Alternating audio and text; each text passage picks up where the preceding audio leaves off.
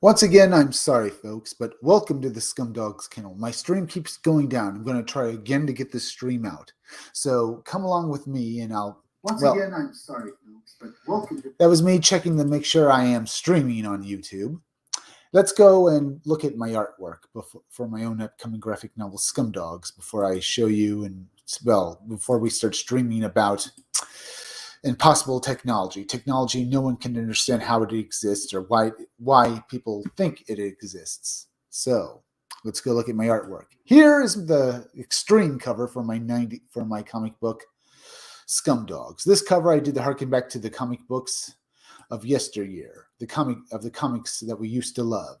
Scumdogs is a parody book of the cartoons from the 80s and 90s and at the time. You'll see a lot of characters in this cartoon that will remind you of cartoons back from the 80s. The Scumdogs themselves are parodies of supervillains from 80s cartoons. You'll see they're led by Deathmug. He's a parody of various villains, and he's the leader of various villains from 80s cartoons, and he's basically the lord. He's the master of the Scumdogs. He's based on various villains from 80s cartoons. You can see in the way he looks. He's like Skeletor from He-Man. He's got a skull for a head and face. But if you notice, it's also a metal mask that looks very much like the metal mask of Cobra Commander, the leader of Cobra from G.I. Joe. He's an arrogant, overblown dictator who wants to rule the universe. That's Deathmug, the overblown, arrogant villain that he is. You can see him fighting his arch enemy in the Space Force as the leader of the Wild Rangers, Buick Starpoon. He's the guy with the pink pompadour hair. Now, the Wild Rangers are basically a parody of G.I. Joe and Star Trek and Star Wars characters. You're going to love them. They're funny as hell. Buick Starpoon is an arrogant, overblown military guy who never admits he's wrong, always thinks he's right, never listens to anybody, and gets him and his team up over their heads in trouble when they fight the Scumdogs. But don't worry, they usually prevail by basically blowing everything up and stuff.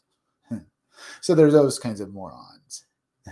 Now, Buick Starpoon and his team, the Wild Rangers, they're also parodies, as I said, of G.I. Joe, which means each of them is a military specialty. If you know anything about G.I. Joe's military specialties, list their skills and abilities. And we'll be looking at the other members of the Wild Rangers now. Over here, this guy with the mohawk in the darker blue uniform, because if you notice every character on this cover with a similar uniform of Buick to Buick Starpoon is part of his team, the Wild Rangers. Roadhog is his name, and his military specialty is that he was a soldier in the United States Army, and then he joined up with the Wild Rangers. Then you have this bald guy with a gun down here in the lighter blue uniform. His name is Beach Pounder. His military specialty is that he's a Marine. That's his military specialty. Then you have this guy back here in the red uniform firing off his missiles at the Scumdogs. His name is Blast Tank, and, he's a heavy vehicle specialist. Otherwise, known as a tanker. He drives around tanks and stuff. Now, this cover is one of 3 different variant covers you'll be able to back when Indiegogo goes live, so you have that to look forward to, too. I work on my book every day, folks, and when it's done, go back it. Let's look at some more characters from my upcoming graphic novel, Scumdogs. Over here, we have Girl Friday. I'll try to get through this quicker, folks. Girl Friday is another member of the Wild Rangers. She's Buick Starpoon's she's Buick Starpoon's second in command. If you notice her name, Girl Friday, she's basically a play on the Girl Friday archetype kind of character. A Girl Friday is usually a female soldier that's in love with their superior officer and usually follows him around like a little lost puppy. She hates Buick Starpoon's guts. That's the joke. She was assigned to the Wild Rangers to be Buick Starpoon's second in command because, as I said, the Wild Rangers fight the Scumdogs every day and save the universe, but they're complete morons. And she was assigned to basically babysit them. That's the joke. And here we have Deathmug's henchmen. Because in all 80s cartoons, the main villain of the cartoon would have henchmen and they'd be total morons. These are my morons. The big fat pink guy down here with shape-shifting powers is Sloppy, and the blue guy with the top hat up here is Murdermouth. These guys are basically a parody of Bebop and Rocksteady from Teenage Mutant Ninja Turtles. Now we'll look at Hair Metal Doctor. He's another member of the Scumdogs. As you see, he's human. That's because he was hired by Deathmug. Hair Metal Doctor is a parody of a character from G.I. Joe known as Dr. Mindbender, a mad scientist. But my mad scientist is also a hair metal musician because that's awesome as a villain. He was hired to think of he was hired by Deathmug to think of all the technology and machines they can use to try and take over the universe. And here we have Miss Breasty Melons, who's another parody character. She's basically a parody of a character from G.I. Joe known as the Baroness. One of those, female spy characters that are basically one of those femme fatale villain type characters. The joke here is Miss Breasty Melons here is basically just a dumb blonde from California. You see, she was the owner and CEO of her own company, but she got bored of being rich and famous and decided to become a villain and join the Scumdogs for fun. All right, get an idea there. 5 minutes in, not doing too bad there. Let's go over here and look at some Indiegogos real quick. We have Thin Blue Line because I want to basically promote this book here. Thin Blue Line is a great book. It was made by Mike Baron. You can back this book for, $10 to get the digital version, or you can get the print version for $25. It's 56 full-colored pages, proudly printed in the USA. Let's look at this. Not doing too bad, huh? Let's look at this trailer. Beginning with issue number 1, Mike Baron wrote Marvel's The Punisher for over 5 years, approaching it as a straight crime comic, without any superheroes, aliens, or robots. Over the course of 60 issues, Baron elevated the gritty anti-hero into one of the most popular and enduring characters in the Marvel Comics universe. Now he brings that same ultra-realistic intensity to his latest graphic novel, Thin Blue Line. In the middle of a long, hot summer, a police shooting ignites a city. Activists, opportunists, and provocateurs descend to riot, loot, burn, and kill. Thin Blue Line follows Officer Valeria Baca and her partner as their detail guarding the mayor turns into a battle for survival. Ride along on this harrowing tale of 2 brave law enforcement officers fighting for their community and their own survival in a world gone mad. Eisner winner Mike Baron has created an alarming tale that unflinchingly examines human fallibility on every level. Along with penciler Joe Arnold, himself a full-time police officer, and talented anchor Jeff Slemons, they've created a moving and entertaining story ripped straight from today's headlines. Thin Blue Line exposes the defund the police movement and its consequences for society, but several comic book companies have refused to publish it. Now we're asking you to join the effort to distribute it independently and help support the men and women of law enforcement. Get your copy of the only graphic novel to offer an unflinching and not always flattering look at the men and women of law enforcement during a time when we need them the most. Not all heroes wear capes. It's a thin blue line between them. Thin Blue Line. Go back at an Indiegogo, folks. This book comes from Mike Baron. It looks great. Now, folks, please go and subscribe to my YouTube channel. Read Comics They're Bad For You, okay? The there and the title is misspelled. It's THERE, okay? Make sure, if you want to watch this stream again as soon as it's done being made, go to past live streams on my YouTube channel, because YouTube tends to bury my videos for at least a whole day. So you can't just go to my channel for the next few hours and just watch this video. You have to go to past live streams, or you can use the link on the pinned tweet on my Twitter page.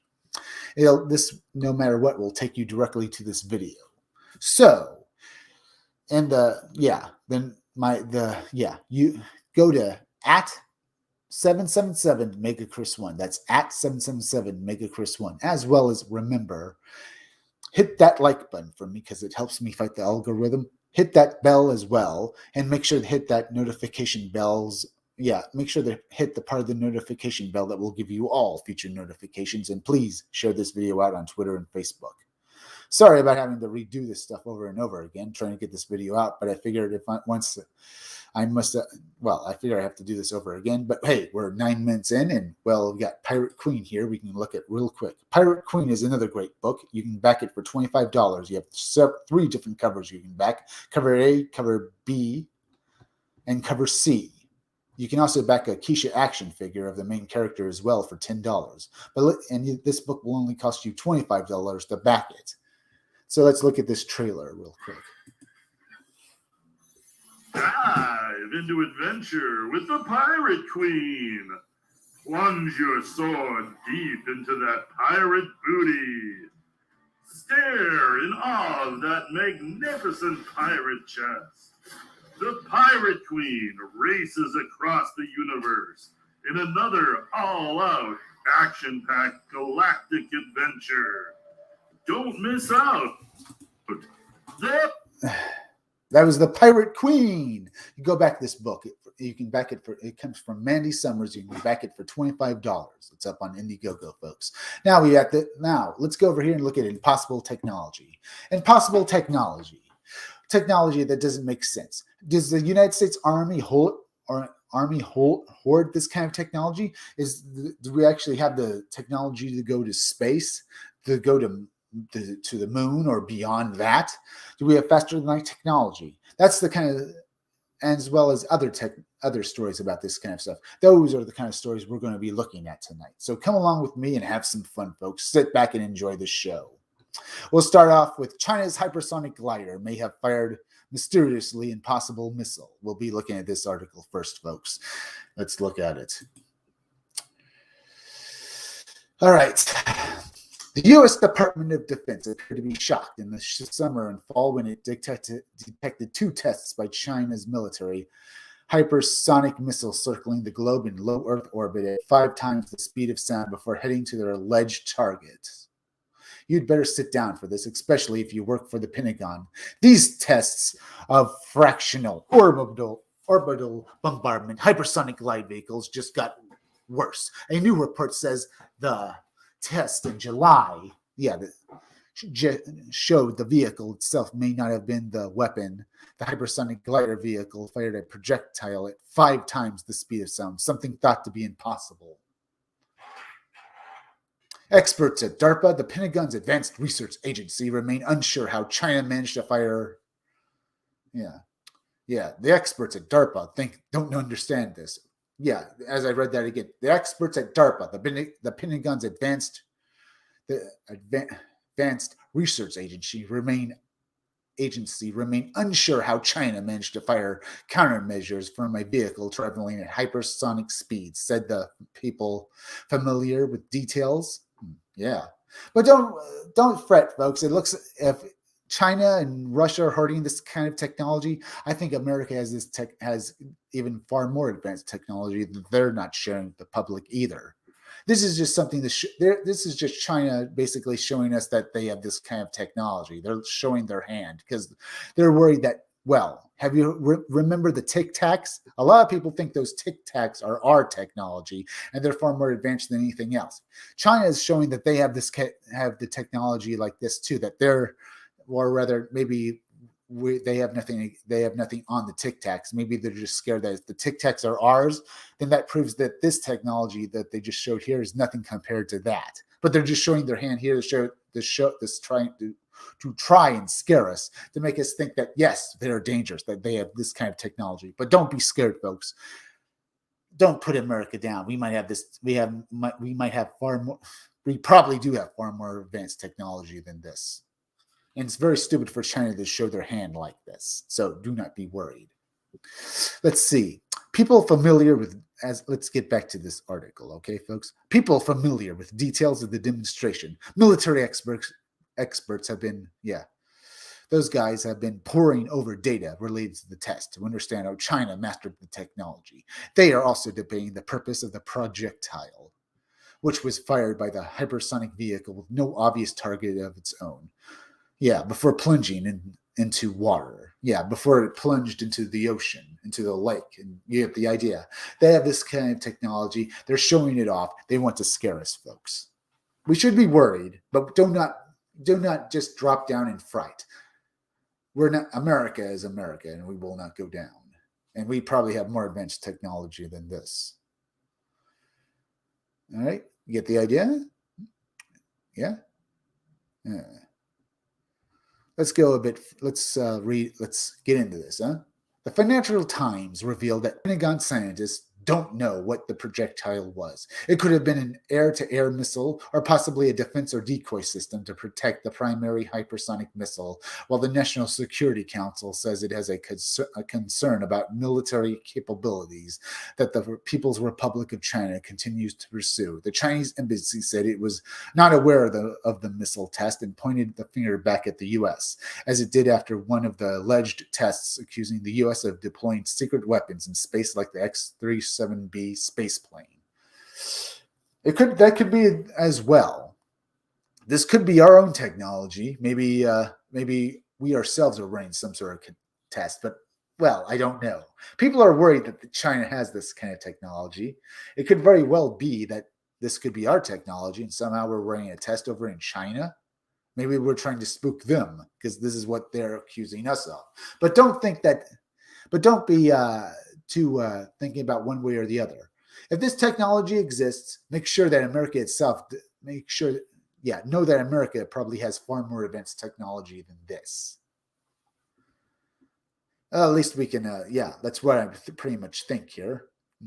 If they have that kind of technology, and it can, from what I can send if China basically is doing tests like this, it's basically to show us and trying to scare us. And the fact that they're denying this test and basically saying it was ours is them trying to say basically trying to muddy the waters so that no one knows what exactly is going on. But it could very well be that this was us ourselves performing this test, and we did it to scare the Chinese. I don't know for sure, but know this. This technology, from what I can see here, pretty much does exist because we have actual physical footage of it. We have guys saying this. Unless someone comes along and basically says, no, that's not what you saw, and basically try to muddy the waters, basically try to make sure no one is basically frightened by this kind of technology so that people won't go nuts.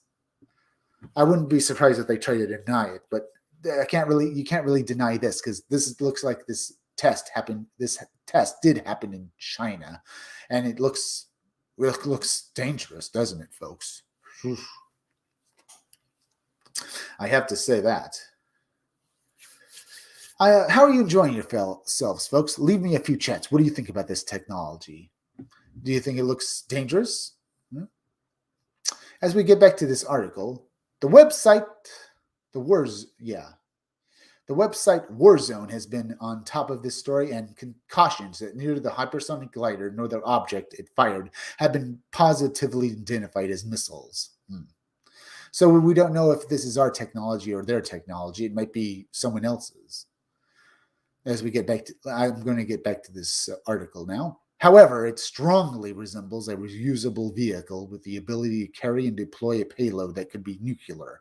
It could also be a modification of the hypersonic missile, allowing it to hit 2 targets on one trip. General John Hayton, Vice Chairman of the Joint Chiefs of Staff, has referred to this as a first-use weapon that is pretty impressive and probably should create a sense of urgency. First use refers to a first-strike missile. That sounds pretty bad. Let's hope things don't. Yeah, let's hope the things don't get out of control. The wind tunnel can meet the test requirements of hypersonic aircraft such as conventional force pressure measurements, air inlet, dynamic simulation, weapon separation, and release of aerodynamic heat and flow to display. China Aviation News reported this week that the country's state-owned aviation industry Corporation of China announced its FL-64 wind tunnel passed a series of calibration tests that will eventually allow it to simulate hypersonic speeds between March 4th and March 8th. Worried yet? Special thanks to the Financial Times, the Warzone, for their excellent, stuff here. Yeah.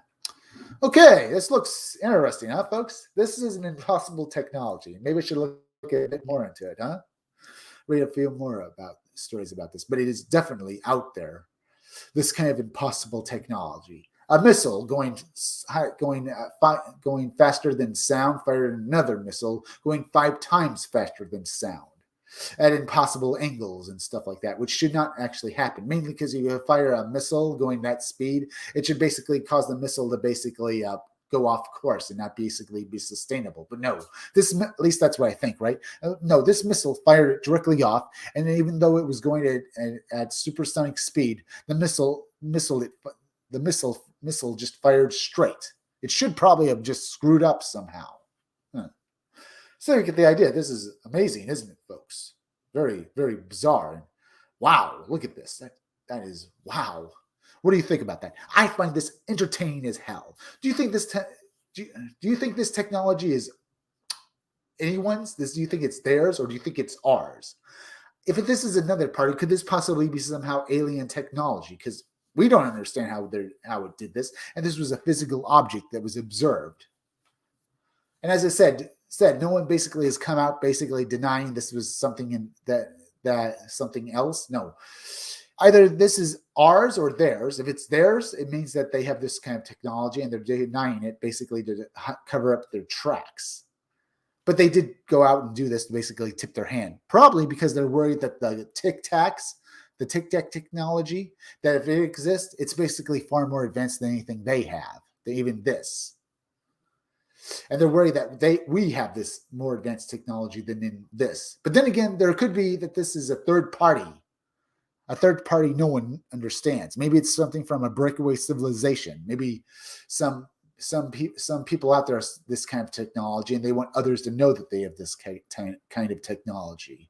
To show the world that yes, we have the power and we can stop you from killing anyone in a nuclear war. Because maybe they want to basically say to everybody, if you make war, you will be stopped, or something like that. Or maybe they want to take over the world and that they could easily beat us. Maybe it isn't China or us. But this technology exists. This technology exists.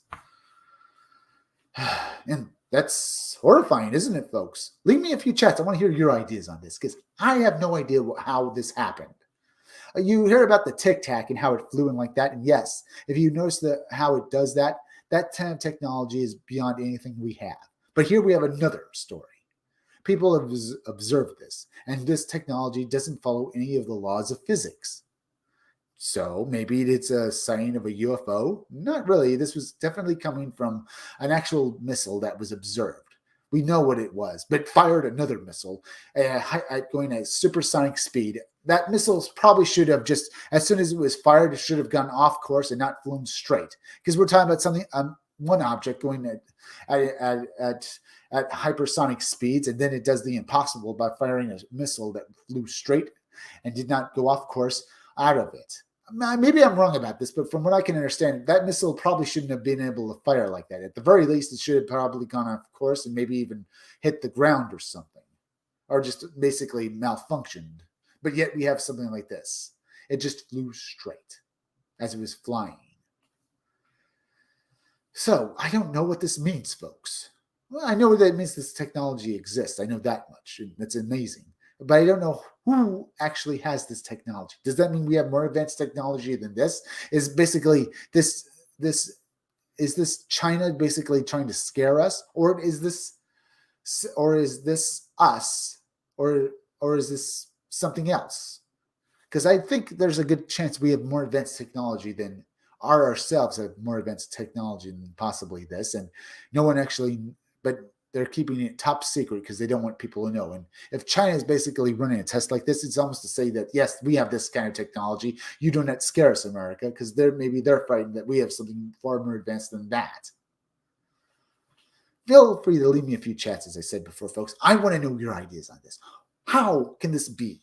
What is doing this? We also have a few more articles as well. Strange historical technology hoaxes that fooled everyone.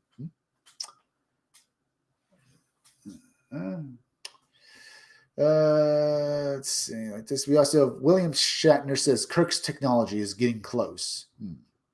We also have new technology may lead to the end of time, literally. Did World War II technology allow us to begin seeing UFOs? I think I read this article before, possibly. And we also have this article here. Follow the money. Elitist forces control the release of technology. That means that basically they have this kind of technology and they only share it when they think we're ready for it, or basically when they think they can make money off of it. I don't know. I have my ideas that to an extent. I don't think they have the kind of technology to do what we saw here. That the elites of the world have that kind of technology. I have my doubts because I think anyone who has this kind of technology. But then again, maybe I'm wrong about that. But I find it hard to believe that they have this kind of technology that they're just hoarding. The elites do. I can believe the government, especially if they have access to any kind of to the resources that they do, more so than I can believe that a corporation has this kind of power. But then again, we also see about other articles here as well. Which article should I look at first? Maybe. Okay. Follow the money. Do elitist forces control the release of technology? I might have read this article before, folks, but basically, we'll look at it. When you begin to serious study of UFOs, it's almost impossible to avoid at least some discussion of the conspiracy theories, for many UFOs and aliens themselves are alleged to be part of some grand conspiracy that deals with genetic manipulation of the populace. On the other extreme, the only conspiracy is the outright lie that UFOs have anything to do with space aliens. However, not all such theories are quite so far out. For instance, it's long been held that the U.S. government has sought to suppress information about UFOs, prompting the exopolitical community recently to take advantage of the Obama administration's We the People petitions in an attempt to get them to release info on UFOs. And as expected, the White House gave their expected response regarding the issue. But what if there really were forces seeking not only to control the dissemination of information regarding UFOs and ETs, but also whether or not certain technologies were made available to the public? Furthermore, how might such supposed groups or cabals be related to the global economy and its control of monetary systems worldwide? A new film titled Thrive, What on Earth Will It Take? Seeks to address such questions with an expected release date of November 11th, growing in association with the memorable 11/11 sequence. Press materials related to the film have stated the following. Thrive is an unconventional documentary that lifts the veil on what's really going on in our world by following the money upstream, uncovering the global consolidation of power in nearly every aspect of our lives. Weaving together breakthroughs in science, consciousness, and activism, Thrive offers a real solutions empowering us with unprecedented and bold strategies for reclaiming our lives and our future. While there is no mention of UFOs or aliens made here, the trailer tells a slightly different story. Sporting such names as news anchor Amy Goodman, Democracy Now!, and Deepak Chopra, it's interesting to see that a documentary of its apparent caliber will also include interview segments featuring David Icke and Dr. Stephen Greer, both of whom have publicly advocated UFOs-oriented conspiracies in the past. This isn't to say that such names will take anything away from the presentation, of course. If anything, the Thrive documentary may altogether be more well-rounded as a result. However, in the tradition of similar global elitists are controlling the global economy and everything beneath it, films in the spirit of Pierre Joseph's Zeitgeist and a few others, it is interesting to see a presentation that figures UFOs so heavily into the story. Whatever the case may be, this one should prove to be an interesting romp through a variety of the emergent futurist and conspiracy-oriented movements from freedom and technology. Advocates have adopted in the last few years, with hope it will also provide, if anything, a more balanced perspective of the situation too, giving a fair time and interest to the subject like UFOs, free energy, and other topics that are often blacklisted when it comes to discussion. Okay, that's interesting. Huh? Interesting, huh? Do the elites control this kind of technology? Do they have it, huh? I mean, Yes and no. I can believe the government having this technology, and I can believe that the government would outsource some of its out of its research to companies. But I think they try and keep a complete and total hold on it. They'd have to have that kind of hold on it because they'd be you get something like possibly a breakaway civilization, or possibly a bunch of guys in a company trying to use it for their own means.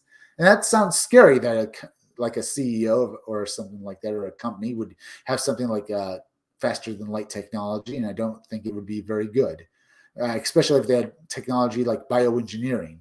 I think that shouldn't be allowed to happen. I don't think the government should have this kind of technology. Do I think the government shouldn't have this kind of technology either? That's a hard thing. Other governments in the world probably are supporting technology. Either it's advanced technology, ours, or maybe it's alien. I don't know, but it's certainly not a good thing. I think that these people have this kind of technology.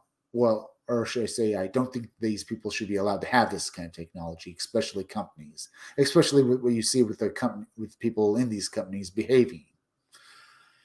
I hate the idea that these people who possibly could be very bad could have this kind of technology, and if I do know anything about it, I'd probably stop them.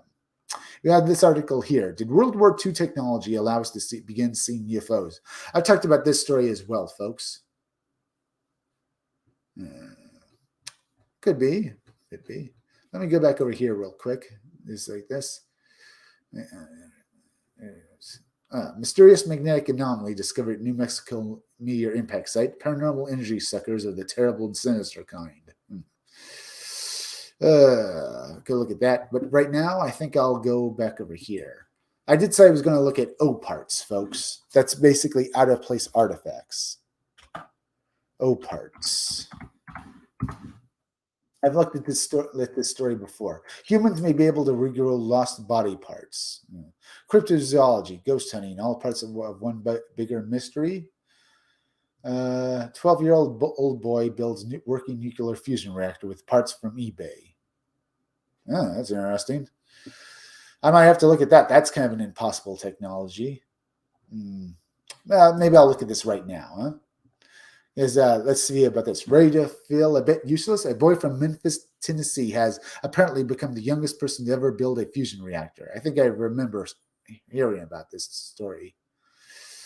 After successfully building one in the spare room in his home. I think, yeah. Using parts sourced from eBay, Jackson Oswalt, now 14, began construction on the machine when he was 12 and completed his working fusion reactor just before his 13th birthday.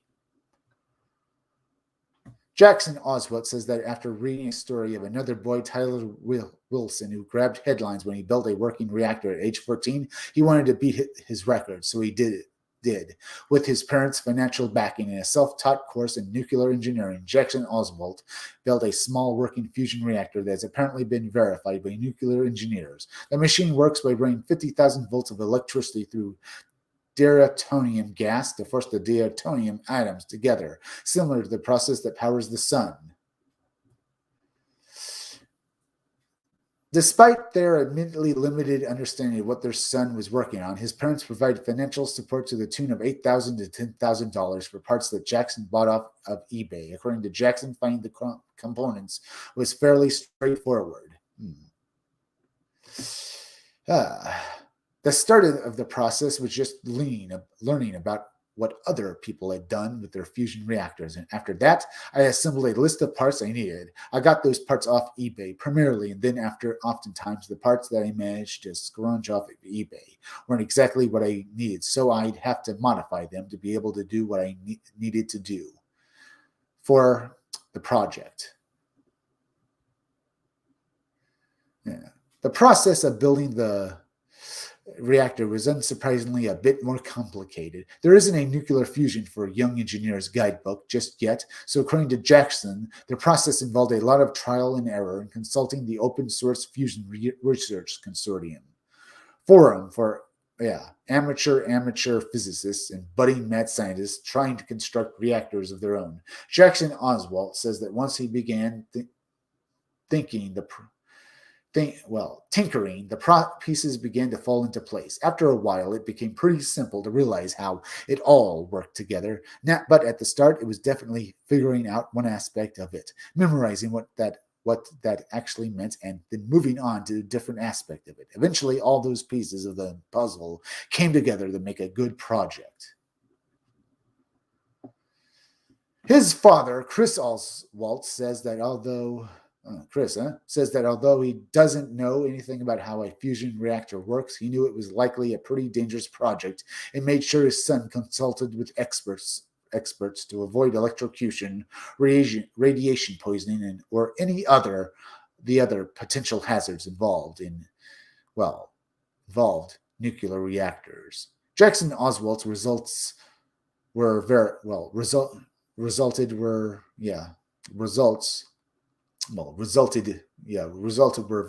by Richard Hall, a retired engineer and administrator of the open source fusion research consortium, who says his machine works and that, or should I say, open source fuser research consortium, who says his machine works and that Jackson Oswalt is the youngest person in America and likely the youngest person in the world to build a working fusion reactor. That's an impossible technology right there, don't you think, folks? I mean, we just saw it, but wow. That is interesting. Parts of Texas disappearing into sinkholes. Cities, ghost cities mysteriously appear and stuff like that. Let me go back over here. Out of place technology. I did say I was going to look at out of place technology. I've done this before and looked at this, but I wanted to look at that article first, folks. Out of technology, no. Yeah. Let me go back over here. Place technology. So what do you think about that? Interesting, huh?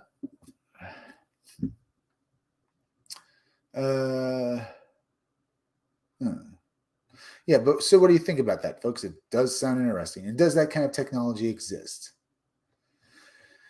Is it, well, I'm talking about the fact that possibly does the American government hoard advanced technology that they've developed or basically have gotten a hold of? Gotten a hold of from one area, one way or another. What I'm talking about here is did they get that kind of technology from aliens? Is that what we're seeing?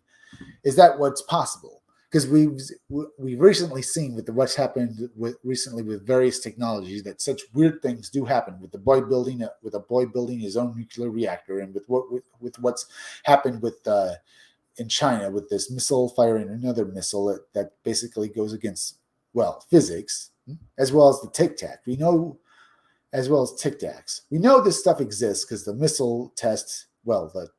What happened with the missile in China, with it firing off that projectile or other missile, proves that it does happen. It's interesting to think about as well. Now, let's see if I can find some stories on strange historical technology hoaxes that fooled everyone. We looked at that article. Now, you get the idea, but there are. I should probably say out of place technology, out of place historical technology. Yeah, I need to put historical.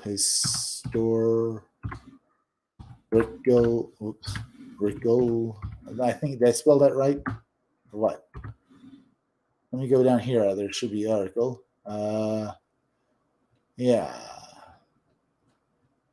Historical. Let me try again. Historical. Yeah. Let's go look at that. All right. We have this. Mysterious lost tombs of great historical figures. Mysterious historical paranormal photographs. Mysterious people and outlandish tales of interplanetary travel. The elephant pipes of the mounds, an intriguing historical controversy. Oh yeah, we looked at the elephant pipes before, or rather, basically, there are these pipes in China. These metal pipes that are said to be naturally forming, or should I say, there are these pipes in China made of metal that people say, that the experts say, were naturally formed through billions and billions of years of erosion and alterations to the earth, like sediment and the way that the ground basically behaves, created these metal pipes. But a lot of people say that these were actually forged millions or basically thousands of years ago, before anyone actually had this kind of technology. I think this might be what this art story is talking about. So we'll look at the elephant pipes of the mounds, an intriguing historical controversy. Basically, out of place technology we're talking about here. I might have read this story before, folks, but let's get into it. A rather unusual item appeared from the pages of American Antiquarian in 1903. The story alleged the discovery of ancient city complex near the Mexican town of Perodon in the state of Coahuila. I guess it's not the same thing, but we'll keep reading it, basically, because it does mention out-of-place pipes and stuff. Near the Mexican town of Perodon in the state of, according to the ancient to the account given, the site's destruction at some point in the past had been of a variety. Most familiar missed claims of ancient lost cities, relics, and cultures involved a vast and sudden flood which had long ago wiped out its inhabitants. The destruction which was brought by the flood was complete. All the inhabitants of the cities were killed, as well as all the animals. The anonymous report read, skeletons of the human inhabitants of the cities and of the animals are strewn all through the debris from a depth of 3 feet from the surface to a depth of 60 feet, showing that all the debris was deposited almost at once. The measurements show that the debris is on an average 60 feet deep, where the largest of the cities stood. I've talked about out of place artifacts before, folks, but this has a lot to do with my show here, with my stream here about impossible technology that has existed or does exist and that should not exist. Technology like alien technology. Does the government have it, or did this technology happen in the past? Did people talk to aliens and get this kind of technology, or were there ancient lost civilizations that were even more advanced than us? We don't know. All I can say is that, well, what's recently happened, that this technology probably does exist.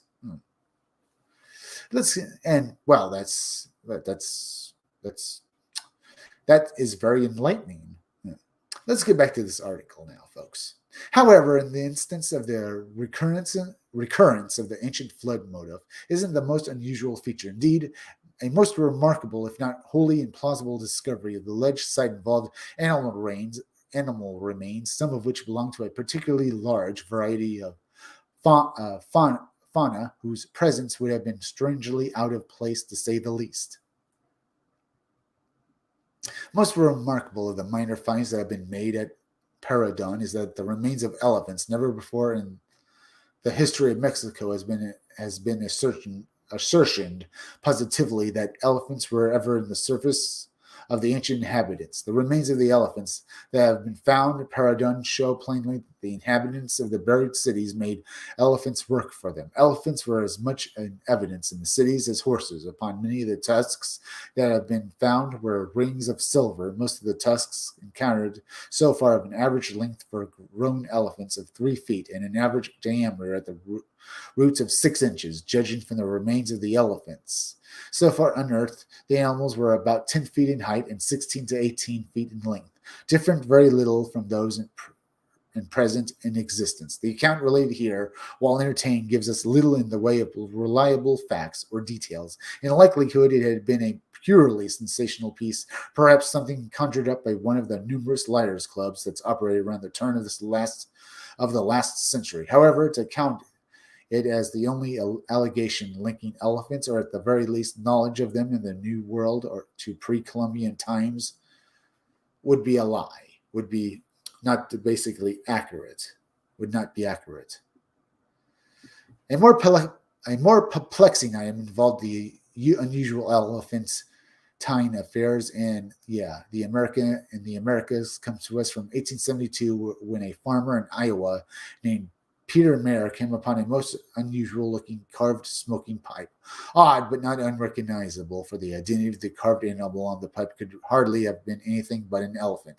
The weird little discovery, likely unearthed from a nearby Indian burial mound, was passed along to Mayer's brother-in-law, and it remained in his possession until a Reverend Jacob Gass, a collector and an amateur archaeologist. And here we have the impossible technology of a pipe depicting and a pipe is a piece of technology after all, even if it is a smoking pipe, showing an elephant on it. That is if this actually is true, folks.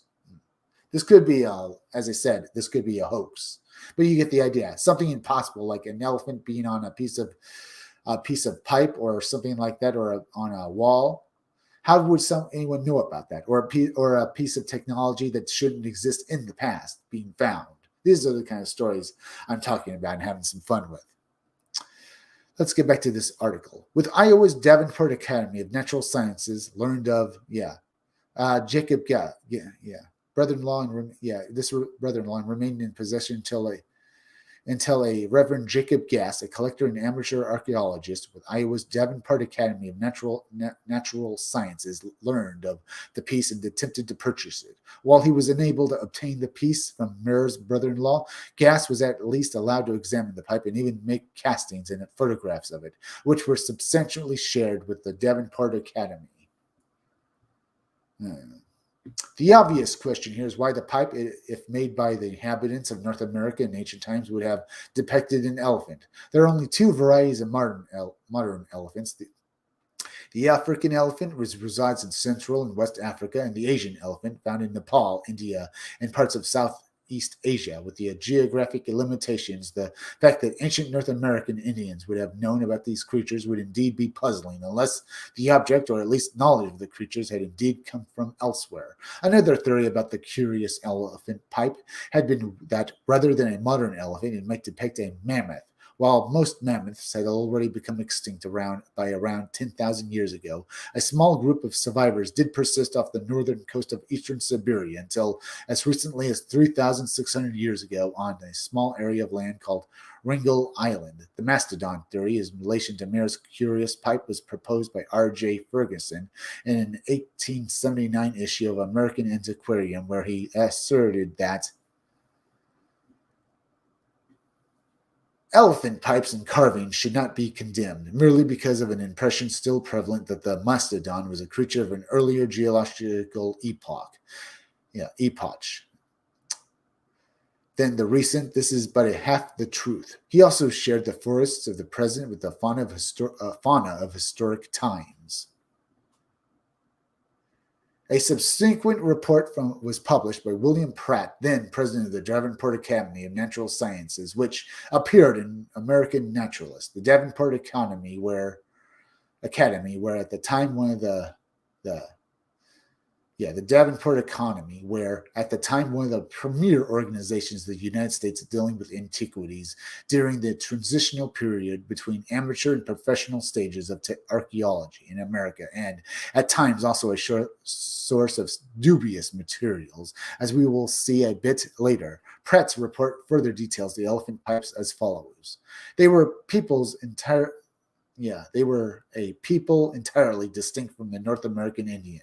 The pipes are often elaborately and beautifully carved of a great variety of stones, generally or rather a soft character, and were apparently held in very high estimation, perhaps almost sacred, in the upper Mississippi Valley. They are of the same general type, having the flat curved base which is perforated to serve as a stem. They represent a variety of forms, among them two said distinctly represent the elephant. Indeed, the pipe retrieved from Mayer's property in Iowa back in 1872 apparently wasn't the only such elephant pipe claimed to exist. Before long, the Smithsonian Institution, those guys again, probably who want to come in and basically make sure no one sees these pipes. I wouldn't be surprised if they went and did that. The institution had begun, let's get back to this article.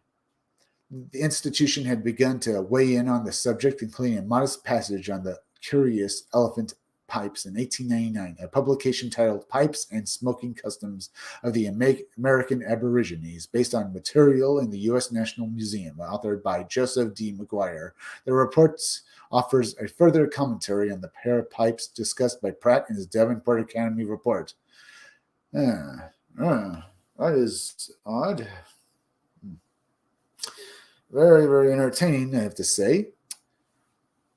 Here we have the Smithsonian Institution, who I wouldn't be surprised if they would want to come in and basically make these pipes disappear and say, what pipes? I don't see any pipes. Don't exist to me. Don't exist at all. I hope they don't get their hands on these pipes, because I wouldn't be surprised if that happened. Feel free to leave me a few chats, as I've said before, folks, because I want to hear your ideas on this, because I find this entertaining as hell to read about. What do you think this impossible technology, these smoking pipes, and it is a technology, folks, with elephants on it, actually existed? Is it possible that Native Americans had basically knew and actually used elephants on the North American continent? Is it possible? I don't know.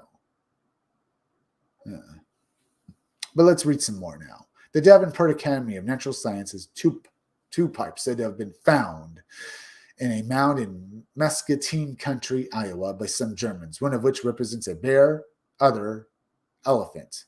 Both are said to be out of proportion, as one is too tall and the other too slender. There is a second elephant pipe possessed by the Davenport Academy from Lewis Country, which was found in the mound in 1888. The following image of one of the pipes accompanies the entry. Let's see this now, huh? Oh, so the entire thing it wasn't just on the pipe. It's actually the elephant was the pipe. Yeah, that looks like an elephant to me. I have to say that much. Yeah, that's weird looking as hell. How much more of this do I have left? Oh, not that much more. I should be able to get through this. In the opinion of McGuire, the pipes were likely of European provenance rather than being truly Native American. Of course they are.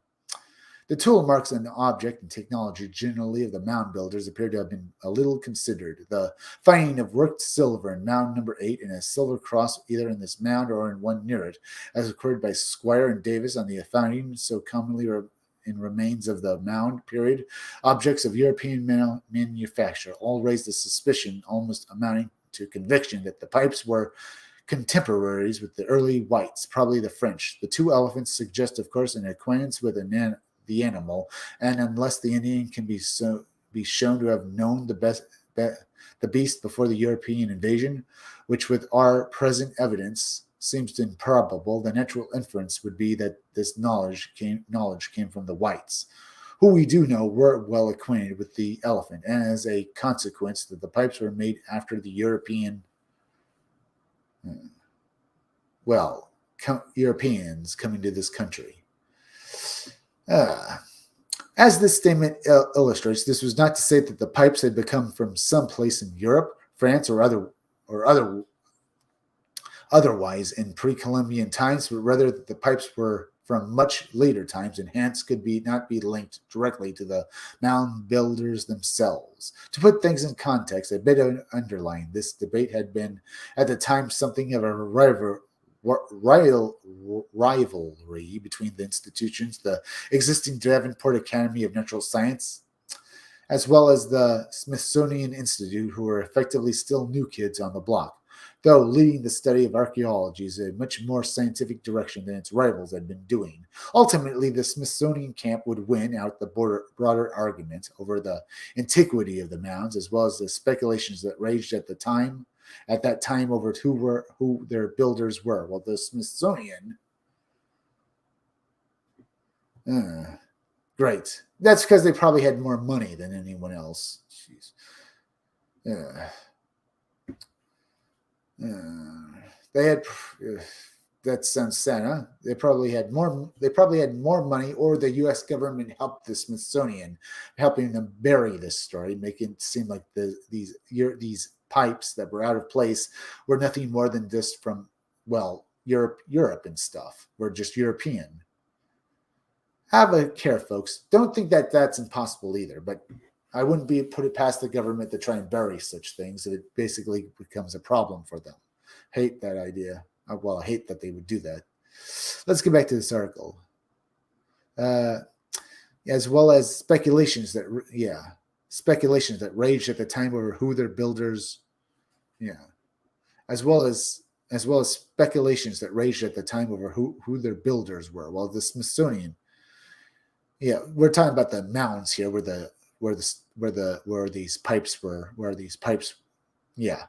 these things were found. Scientists favored a Native American origin. The Davenport Academy also had argued far more colorful theories. For more on this, see Robert Silverberg's book, The Mound Builders. Since the Davenport Academy had been those in possession of the questionable artifacts, it was only natural that the Smithsonian raised questions about them, which they had every right to do, considering the unusual nature. It should also be noted, however, that while many of the ideas and actions of the Davenport Academy members bordered on the misguided, or in some cases steeped well over that line, some of the more forward-thinking members of the organization did advocate such things as the presence of Ice Age man in the Americas, an idea that wouldn't be proven until much later with the discovery of and stew artifacts alongside extinct megafauna bison at Folsom, New Mexico. Nevertheless, many suspected artifacts produced by the group and its members were of dubious origin, as it had seemingly been the intention of their discoverers to create a narrative in which the identity of the mound builders could be linked to pre-Columbian Europeans rather than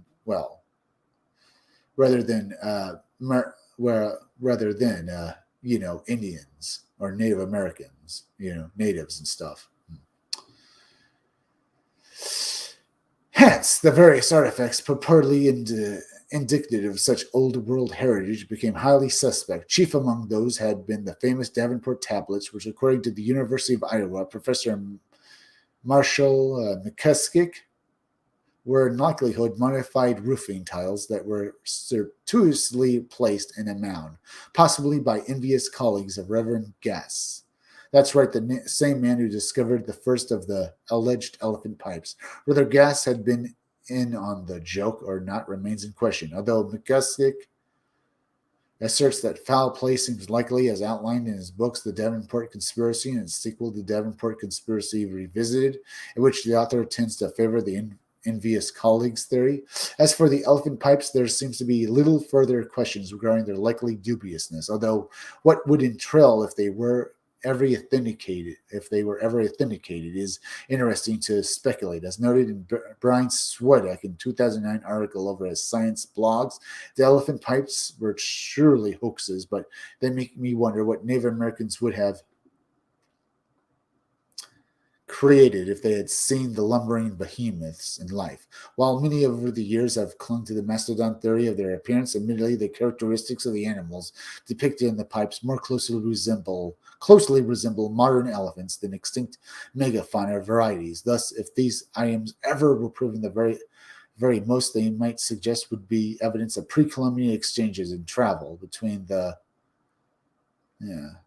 old and new worlds. Evidence of pre-Columbian exchanges and travel between the old and new worlds, for which there is already some evidence appearing in other areas of modern archaeology. It does not, however, imply that the original builders of the mounds had been European themselves, as Davenport Academy and some of its members had once hoped to prove. This was an idea that was based on the racism, of course it is, nationalist sentiments. There's nothing wrong with national sentiments, not about the racism, national sentiments, so prevalent during the period. All right. As a final note, I still can't help thinking that the elephant is an outlier here. By this, I mean that the 19th century antiquarians, hoping to prove that the mounds were built by Europeans, why in the world would they be carving elephant pipes to hide at the sites they tampered with, rather than indisputably European-looking artifacts like crucifixes and hand mirrors and armor, all of which were actually retrieved from mounds during the period? Well, that's also strange. So you're saying there were knights here in America? That kind of technology crosses? That seems even more suspect. Let's get into stuff. If they basically saw something from, let's say, like a European knight, that would be very suspect that they somehow got here and stuff like that. It could happen, but you don't really expect to see that. You don't expect to see these kinds of pipes either. But then again, I would find it more odd that they would have something like well-armored knights from, say, the 12th century or so, the 11th or 12th century, because I find that weird as well. Let's get back to this article. All of which were actually retrieved from mounds during the period, which to me showed that some of these early hoaxers probably were doing this. Hence, logically speaking, maybe writing off the elephant pipes is a bit unwarranted. However, we must recognize the dubious circumstances under which these items were found. The history of the human migrations, in which they were found. The history of human migrations, diffusion, and settlements, ancient times, is in likelihood far more complex and detailed than we're all yet fully aware. Whether or not the curious elephant pipes of the 1800s are any further evidence of that is unlikely at best, and hence for now they remain among the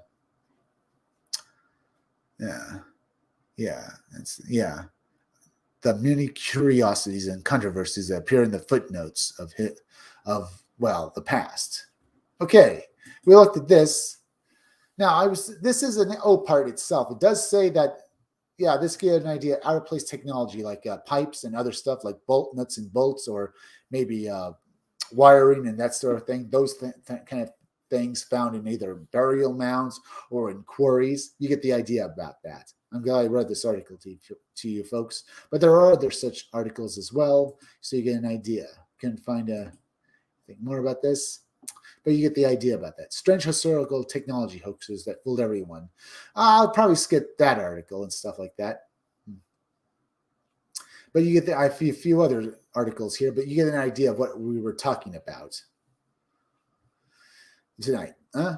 We looked at these stories and we wonder if it's possible that this kind of stuff happens. So you get the idea. But tonight, this live stream is over, folks. So I'm going to say, please go and subscribe to my YouTube channel, Read Comics, They're Bad For You, okay? Yeah, that's Read Comics, They're Bad For You. Remember, the there in the title is misspelled. It's Read Comics, They're Bad For You is spelled THERE. Yeah, bad for you. If you want to watch this stream again as soon as it's done, please go to past live streams on my YouTube channel or use the link on the pinned tweet on my Twitter page, which is at 777megachris1. That's at 777megachris1. Make sure you're still subscribed.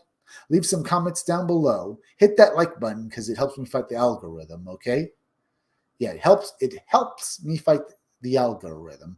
And the more people that do so means my graphic novel Scumdogs comes out all the sooner.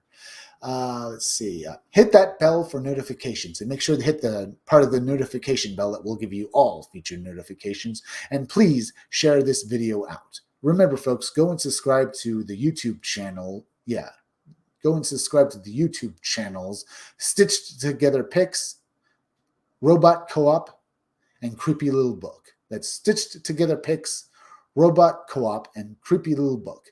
Remember, folks, I'll be back again tomorrow at 5 or 6 o'clock p.m. or maybe 8, 9, or 10 o'clock p.m. for another live stream. I'm Chris Williams from the Scumdogs Kennel. Thank you all.